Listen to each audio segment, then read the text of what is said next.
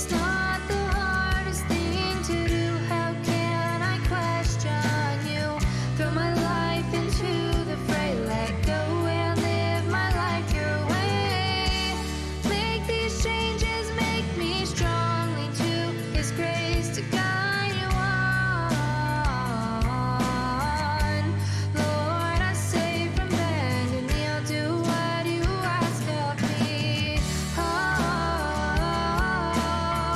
oh, oh,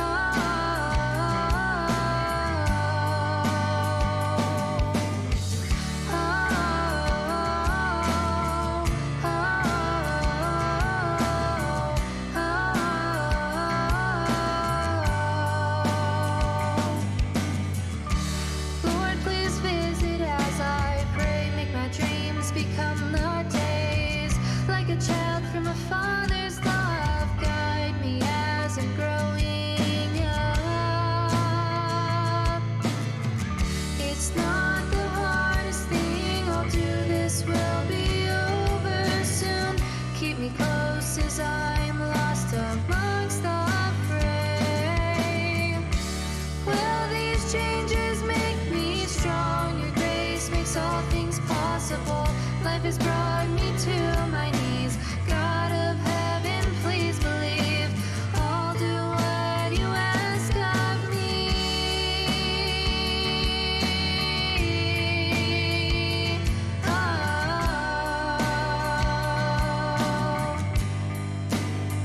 Oh,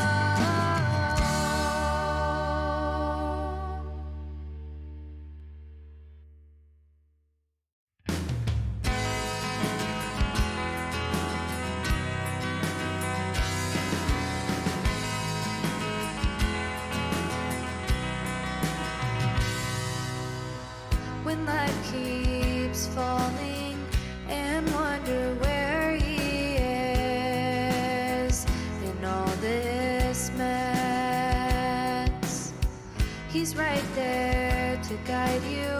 Unseen, you're not alone. His light shines on the past that we're not shown.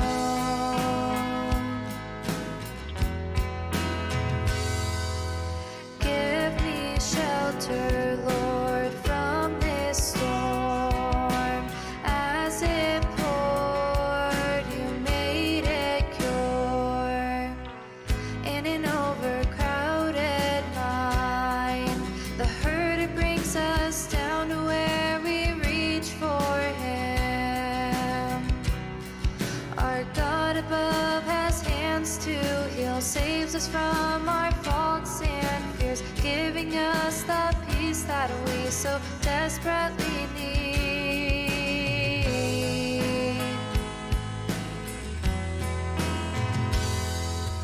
Give me shelter, Lord, from this storm. As it poured, you made it cure. Jesus bids us to call on Him. His peace and love are shelter from this storm.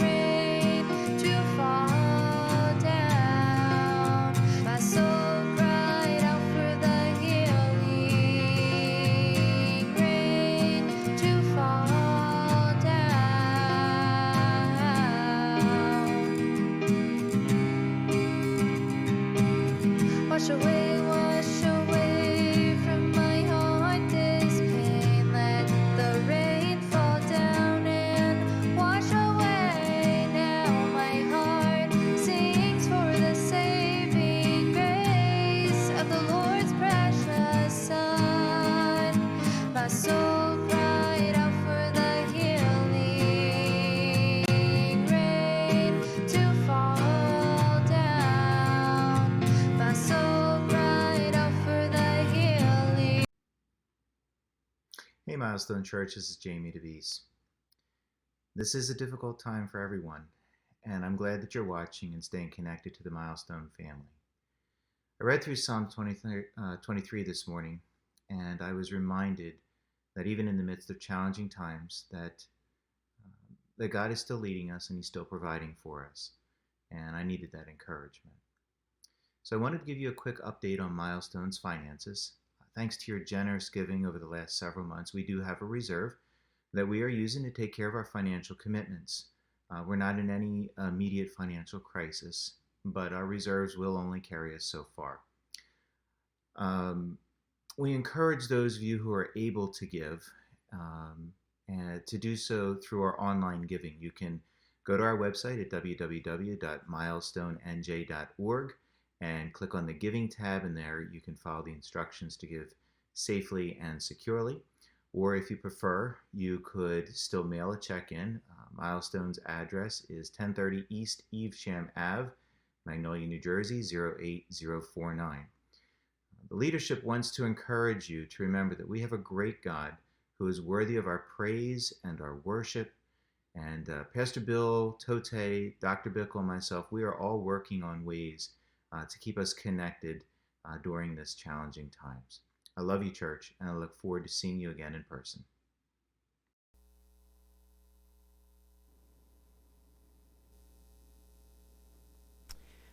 Good morning, Milestone. Thanks for joining me online. I'm standing here in pretty much an empty auditorium and looking around at the pews and seeing faces that should be there that are not there. It's certainly a little bit different this morning, as it's different for you as well. I hope that you're able to just join in and be not distracted for the next 30 or 40 minutes as I talk through the things that God has laid on my heart. We're going to be meeting like this for the next couple of weeks. From the different announcements that we're seeing come out, I don't think we'll be able to meet as a church in this facility for a couple of weeks. And I'm hoping that we'll be able to have our Easter service gathering together. And we'll see how things roll out. But we'll keep you informed as the days and weeks go forward here. And in the meantime, I've been doing each night a Milestone Minute at 8 o'clock in the evening that you can be able to check out, and just pretty much what I call my minute, which is generally a little bit more than that, where I'm sharing just some thoughts from God's Word as to what's been going on with me and what I have just as an encouragement for you as well. And so feel free to check that out. That's on our church ministry page and our Facebook ministry page. And if you're not connected to that, just request that, and we'll be able to get you connected into that. As we look at our studies, we're going to continue our study in the Gospel of John. And so we're going to do that each week. That's where we've been. And we're just going to continue to work through the Gospel of John. And today we're in chapter 6. So if you want to open your Bibles there, we're going to dive into John chapter 6. At the beginning of this series several weeks ago, and this is part 7 of the series, in the beginning of this, Andrew and I, we always work on the different details as to what the series is called and different things. And so Andrew and I were talking about this, and the series title I came up with was Greater Than, which is really a math sign that we have as a symbol of that, and it's really kind of like the math where 10 is greater than 6, and so on and so forth. And the correlation is that Jesus is greater than you fill in the blank.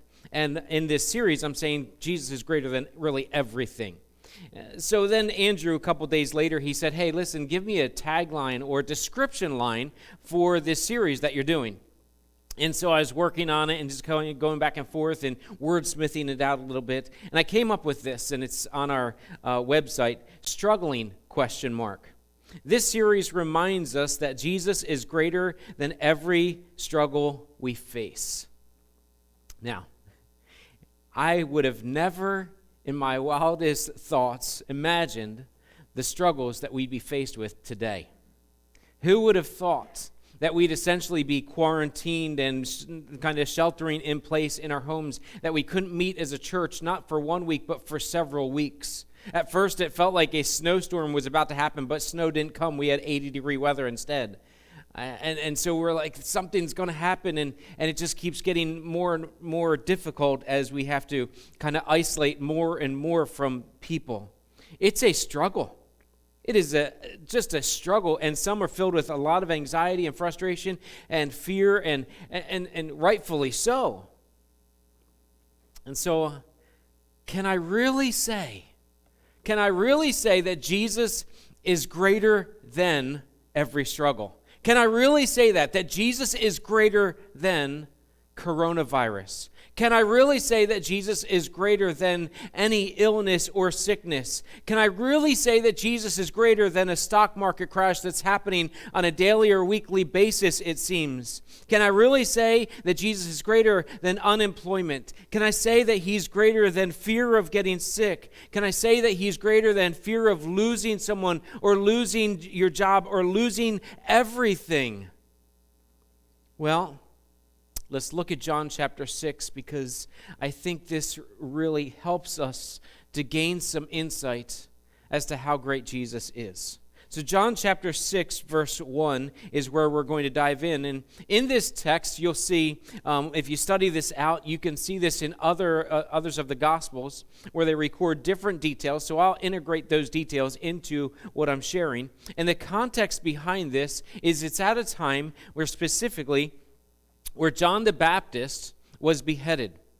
John the Baptist was put into prison, and during that some circumstances happened, and he was beheaded. And this is John the Baptist, one who's a relative of Jesus and a friend of Jesus, and one who is very respected in the community as someone who loved God and was following God. And he was very zealous about sharing the hope that Messiah brings with the people around him. And so he was a popular figure, you would say, someone that people would know. And so this is the backdrop of this.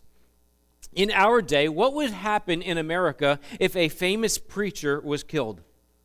You know, if you go back 50 years and you look at, some of the things that happened there, what would happen if a famous preacher is killed today in just an unexplainable kind of a situation? Really, I would say that the whole world would begin to question what's going on. There would be fear, there would be anxiety, there would be struggle that would happen as a result of this.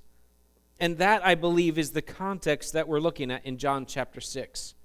And so let's read this through and see where this is going. It says, "After this, Jesus went away to the other side of the Sea of Galilee, which is the Sea of Tiberias, and a large crowd was following him because they saw the signs he was doing on the sick. Jesus went up to the mountain, and there he sat down with his disciples. Now the Passover, the feast of the Jews, was at hand. Lifting up his eyes then, and seeing what large crowd was coming toward him, Jesus says something to Philip." Now pause there, and let me give you some context. In the other accounts in Matthew and Mark, they relate into this and say that this is a time where he's actually been teaching this large crowd, and John is kind of giving you the end result of the teaching of this throughout the day. And so this very large crowd that we'll find out later on is 5,000 people plus, is sitting there, and Jesus has been teaching. And I would say that they needed hope, and they're hanging out with Jesus, needing hope and wanting to have some kind of context to what's going on with John the Baptist and life in general. And they're seeing all the signs that Jesus is doing. And so now they're looking at these signs and saying, okay, there's something about this person. We need to investigate more. He's giving us hope, and we need some of that for sure. So here he says to Philip, he leans over as the crowd's there, and Mark and Matthew put this at the tail end of the day when it was about dinner time, really, and he puts it down at that point in time where he's beginning to have compassion on the crowd that's been there with them, and they're hungry. And he leans over to Philip, and I kind of look at this, and he kind of leans over and says this thing just to Philip. And the other guys can hear a bit. He says, "Where are we to buy bread so that these people may eat?" Hey, we need to do something about the people that are hungry. Where are we going to go buy bread? Hey, listen, Walmart's closed down. It's too far away anyway. ShopRite, I don't know about that. Acme and all these others. We'd like to go there. Hey, where would you go to buy some bread for feeding all these people? Now, pause for a second. How many loaves of bread do you need to feed 5,000 people? I grew up in a family of 9 kids and the parents, and when we sat down at dinner time, we sat down and we kind of had our elbows out protecting our plates. I didn't realize that until we had a guest come in and say, you guys sit there protecting your plates. Here's why: because Mom made enough food for all of us, but it was 8 boys she was feeding. And if you know anything about 8 boys, or even 1 boy, we can eat a lot of food. And could you imagine? I mean, that's just 11 people in our home. Could you imagine 5,000 people?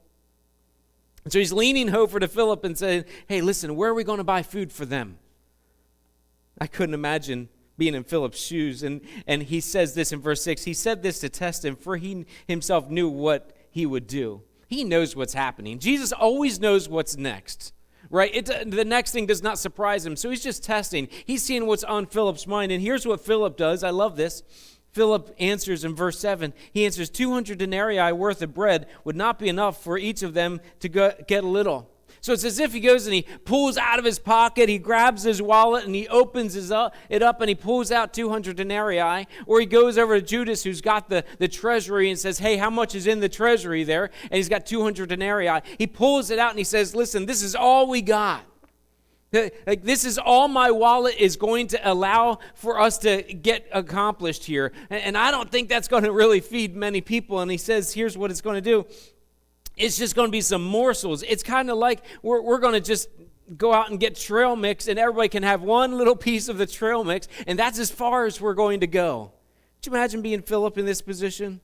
He's just thinking about it rationally, thinking about the reality of it. He's not being crazy. He's saying, in reality, 200 denarii will only go so far. In reality, my wallet is only going to take me this far. Now think about this. In light of all that's happened in the last week here, many in our church have lost their employment, and some fear that they're going to lose theirs. And many of us have already done the same thing as Philip, and I'm not judging you for it, and I'm not saying you're wrong for it, but we've opened up our wallets, and we've looked in, and we've said, how far will my wallet take me? How far will my wallet get me? Will it get me a week, a month, a couple of months?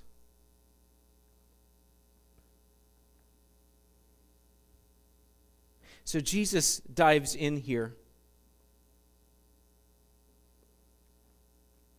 Verse 8, one of the disciples, Andrew, Simon Peter's brother, said to him, there is a boy here who has 5 barley loaves and 2 fish.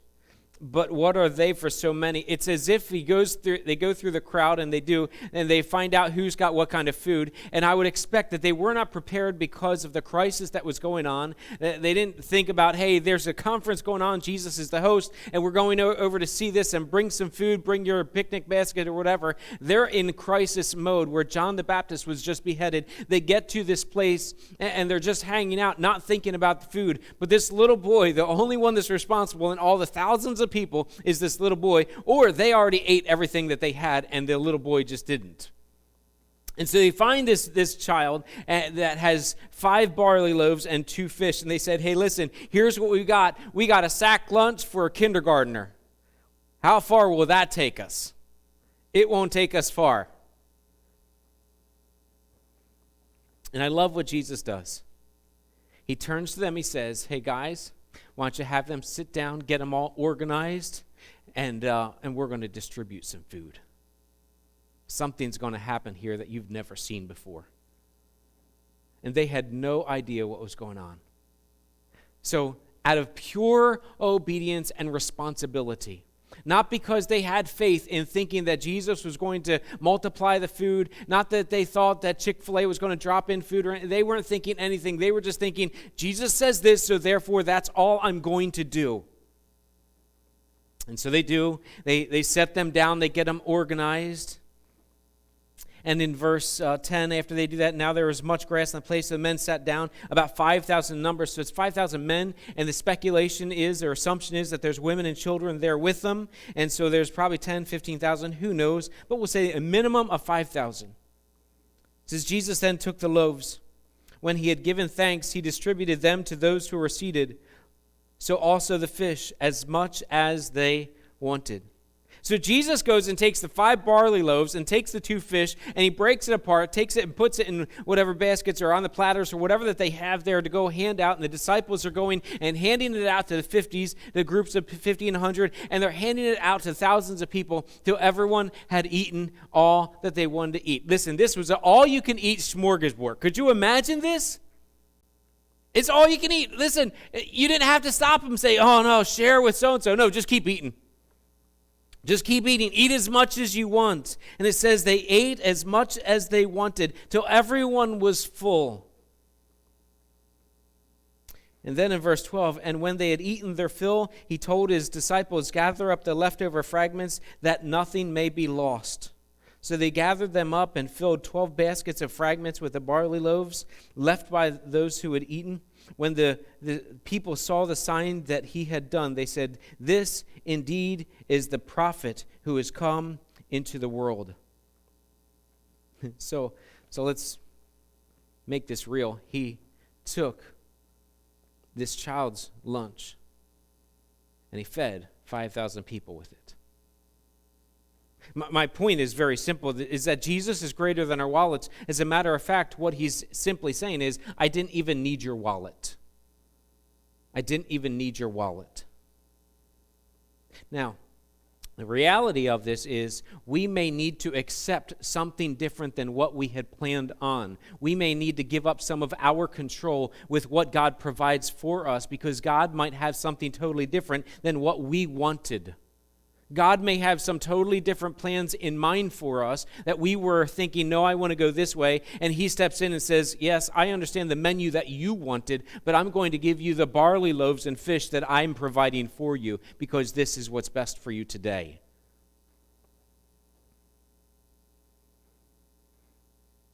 Some of those changes that we work through are going to be challenging.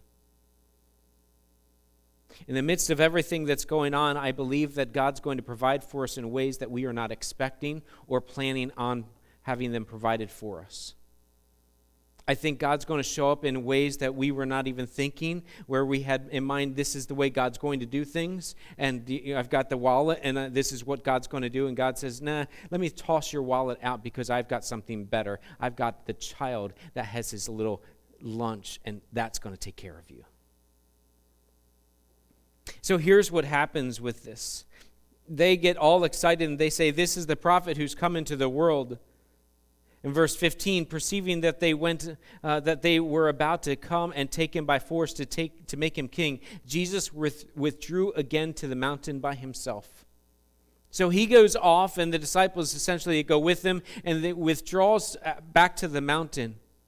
And the people he gets them to scatter and move on. You see, they were looking for someone that was going to care and provide for them. Where the current government was not looking to care and provide for, they were looking to take as much as they can from them. And so there's an easy transition that they're looking for. And so here's what happens in verse 16. When evening came, his disciples went down to the sea. They got into the boat and started across the Sea of Capernaum. It was now dark, and Jesus had not yet come to them. So here he sends them off. They get into a boat. And he says, listen, I'll catch up with you. And so he goes off and he spends some time praying there on his own up on the mountain. And while he's there, it says that they rowed out in verse 18. It says the sea became rough because of a strong wind was blowing. So the strong wind's blowing against them. They're not able to get across. And it says they're out in the middle, about 3 or 4 miles away from the shore. So they're rowing for their lives, trying to get across there. They're stuck in this storm, and they're not sure what to do. And they have enough experience to know that if you just keep pushing, eventually you'll outpace the storm, hopefully, and get to the other side. Well, while they're there, something unbelievable, something like that had never happened before happens. It says, when they rowed about 3 or 4 miles away, they saw Jesus walking on the sea and coming near the boat. Now realize that this is during a storm while the waves are crashing all about, while the wind, the sea is not like glass, it's all over the place. And here's Jesus walking on top of the water, getting out to where the disciples are in the boat. And John says he would have passed them, or Mark says he would have passed by them, and John says he drew near to the boat. And what would you do? Listen, let's pause. If you were out in the boat in the middle of when it was dark and you see this kind of figure coming your way and it's storming, how would you respond to this? You would need depends for sure, right? I mean, this would be a very challenging moment for all of you. You'd scream like, little schoolgirls in the boat, like, oh, what's going on? It's a ghost. And that's what they record. They record that about themselves. They thought they were frightened. They were terrified. They thought it was a ghost. It was crazy times for them. What's going on here? And Jesus responds and says in verse 26, he says to them, "It is I, do not be afraid." It is I, do not be afraid. Listen, they were not thinking about Jesus. They were thinking that they just needed to get through the storm. They weren't thinking, where's Jesus in this? They weren't thinking, hey, let's talk to Jesus, or maybe that's Jesus. He said he was coming. They weren't thinking about Jesus at all. They were thinking, I've just got to survive the storm. Boy, does that sound familiar? That so many of us right now are thinking, I just need to survive the storm. And instead, I want to push us back and say, no, hold on a second. Jesus is part of this because Jesus shows up in the storm. Notice, he does not prevent the storm, but he shows up in the storm. Too many people have this idea that if God's in your life, no storms will happen. You won't have financial trouble. You won't have stress. You won't have relational difficulty. You won't get sick, and they won't get sick, and you won't have any of that. That's not true. What the reality is that when Jesus is in your life, it's that he is there in the storm. He doesn't prevent the storm. So he calms them down, and according to Matthew, and if you want to look at this with me, in Matthew chapter 14, at this time, after he says this, take heart, it's I, do not be afraid. In verse 28, Peter answers to him. It's almost like just secondhand nature. Peter's like, Lord, if it's you, command me to come to you on the water. Not even thinking about this. Listen, when's the last time you even imagined walking on water? And here's Peter. Okay, Lord, if it's you, really you? Just call me out. I'll come on the water with you. And so he says, come. So Peter gets out of the boat and walks on the water and came to Jesus. Could you imagine that moment? He turns around to John, he turns to Philip and Nathanael. He's like, look at me. What do you got? And he's walking on water over to where Jesus is because he realizes it's safer to be on the water in the storm with Jesus than it is to stay in the boat with the rest of everyone. And so he gets out and he walks over to where Jesus is. But then in that little moment when he gets there, he sees the wind, verse 30, when he saw the wind, he was afraid, and beginning to sink, he cried out, Lord, save me. And Jesus immediately reached out his hand and took hold of him, saying to him, O you of little faith, why did you doubt? Why did you doubt? Didn't you see what I've already done? You were already walking on water. It didn't matter how big the wave was. I'm greater than the wave. And so as he's sinking, he took his hand and he pulled him back up, and they go back to the boat. And when he got into the boat, the wind ceased. And the response from the disciples is, those that are in the boat, they worshiped him. They marveled. They were just blown away. Because they didn't really get the whole feeding of the 5,000.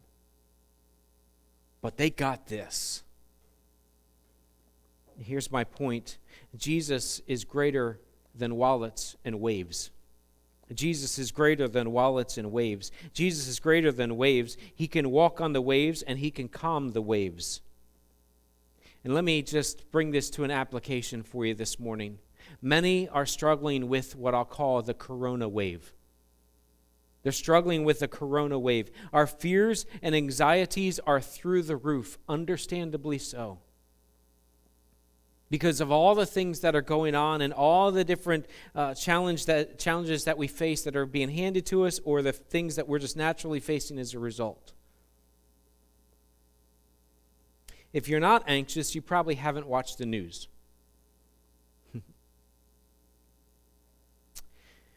So here's the hope that I know. And this is what I want to share with you.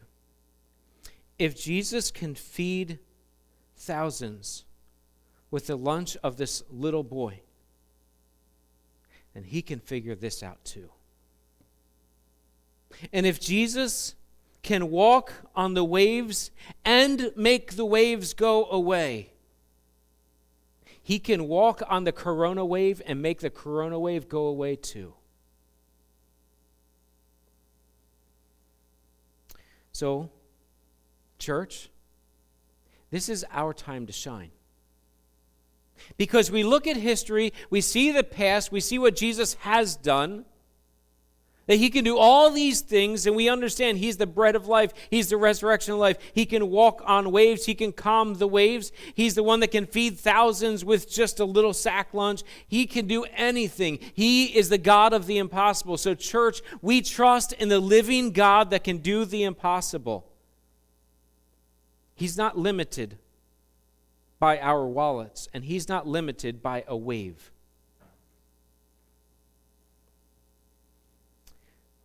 He's greater. So, my question then is, would you be like this boy? Would you be like this boy with the lunch and be like Peter and trust God enough to direct your fears, to stay connected to God because Jesus is greater, and figure out ways to be a blessing to others? You see, that's the reality of where we are. We can look at all that we're faced with, and we can say, well, I don't know, I'm hungry, I'm not sure how far my wallet's going to take me, and we can focus on the wallet, and we can focus on the wave and the storm all around us. We can look at that and just keep our eyes laser focused on the storm and laser focused on the wallet. We can see all those things, but the reality of that is it won't get us anywhere. So something different, something that God's calling us to, is to be looking and saying, okay, rather than that, let me redirect my fears and anxiety and redirect it to be looking at Jesus who can do the impossible and say, okay, God, I give you my lunch. God, I'll step out onto the water if you want me to. And allow God to do what only he can do with what he's already given to you. Have you thought about this? This boy that's giving up his lunch, do you realize he's giving up his lunch? Like he already had lunch. He's the only one that's prepared. He could have stuck his tongue out and said, but instead he gave up his lunch. But for some of us, I think God's going to call us to give up something to be able to be a blessing to others and to watch God multiply and use it in tremendous ways. I look at all of this and I say, I think the potential of what God could do in our communities, in our families, in our neighborhoods, if we were willing to trust God like this little boy and trust God like Peter did at first. I think God could do some amazing things. Look, if he blessed thousands of people with one little boy's faith, what could he do with our community that's watching online right now? I believe he could do amazing things if we are looking.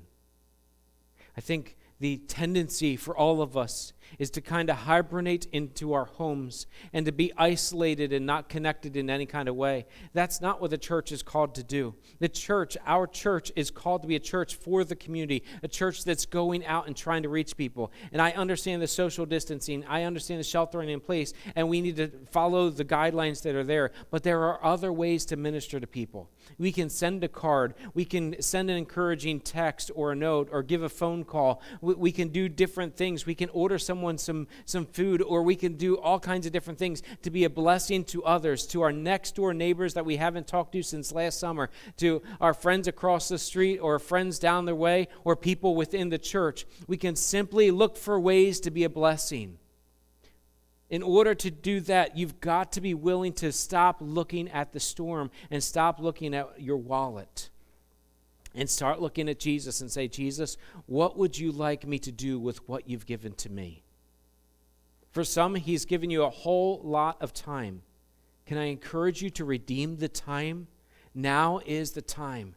I believe that through this season, my wife and I were talking about this morning, I believe through this season, I believe we could see revival happen in America like never before, where people turn to God and say, God is real, and look, God showed up and took care of us in amazing ways. I believe we could see that. And I believe the only way that we're going to see some amazing things happen is if, church, we get out and we do what God calls us to do during this time. That we look to be a blessing in all the different ways that he gives us the opportunities to be a blessing. So this week, would you apply this text this week? Don't take your wallet and say, Jesus is greater than my wallet. And take the storm and the waves that you see all around us, the corona wave, and say, Jesus is greater than the corona wave. And then look for ways to be a blessing. Look for ways to share your lunch. Look for ways to step out into the wave and to say, okay, God, what would you have me to do to be a blessing? And can I just encourage you? As God leads you to do some things there, feel free to share what God does. Share it on Facebook. Share it by texting or calling and say, man, God is so good. And see just how mighty God is and what he does in and through us as we operate as the church. Because Milestone Church is not closed. It might be empty in this building, but certainly we're not closed. And we're looking forward to seeing how God does some amazing things through each and every one of you this week and this month.